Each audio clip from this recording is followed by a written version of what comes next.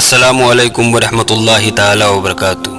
وہ ایک فقیر بادشاہ کے دربار میں جا نکلا تو کہا کہ بادشاہ یہ تخت و تاج کیا ہوتے ہیں، اس کی کوئی قیمت نہیں ہے۔ تو بادشاہ ہنس کے کہنے لگا اس فقیر کو باہر نکالو، اسے کیا پتا کہ تخت و تاج کیا ہوتے ہیں، اس کی لذتیں کیا ہوتی ہیں۔ خدام کھڑے ہو کر استقبال کرتے ہیں، جب تخت پر بیٹھا جائے پوری رعایا نیچے بیٹھتی ہے۔ اس نے کہا نکالو فقیر کو، اس کو کیا پتا بادشاہت کیا ہوتی ہے۔ بادشاہ ایک دن شکار کرنے گیا تو وہاں اس کا گھوڑا جو ہے بے قابو ہو گیا اور ایسی جگہ پہ لے گیا جہاں نہ پانی تھا اور نہ کوئی اور چیز۔ بادشاہ وہاں ہانپ رہا ہے، پیاس سے تڑپ رہا ہے۔ تھوڑی دیر کے بعد دیکھا کہ وہی فقیر مشکیزہ ڈالے ہوئے گزرا اور آواز دے رہا ہے پانی لے لو۔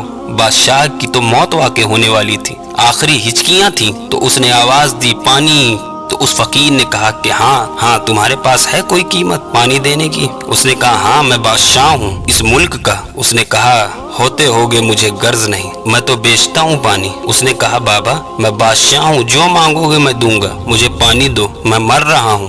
اس فقیر نے کہا آدھی حکومت لگے گی، آدھی لے لینا، مجھے پانی تو دو، کیونکہ میں مر گیا تو ساری چلی جائے گی۔ اس نے پانی کا گھونٹ دیا، پیاس کی شدت تھی، جب پانی کا کٹورا اس کے منہ سے لگا تو پانی حلق میں اٹک گیا۔ پھر دوبارہ مصیبت بن گئی تو اس فقیر نے کہا کہ میں حکیم بھی ہوں، اگر کہو تو تمہارا علاج کر دوں۔ اس نے کہا ضرور کرو، لیکن اس نے کہا میں یوں ہی نہیں کروں گا، آدھی باقی حکومت بھی لگے گی، وہ بھی لکھ دو۔ اس نے چمڑے کے اوپر ساری حکومت لکھوا لی اور اس نے اس کا علاج کیا۔ فوری جو اس کے پاس ٹوٹکا ٹونا تھا تو اس کا پانی حلق سے نیچے اتر گیا۔ بادشاہ گھوڑے پر بیٹھا واپس آیا، وقت گزر گیا، عرصہ بیت گیا، بادشاہ پھر تخت پہ بیٹھا، وہی فقیر بھیس بدل کے دوبارہ آ گیا۔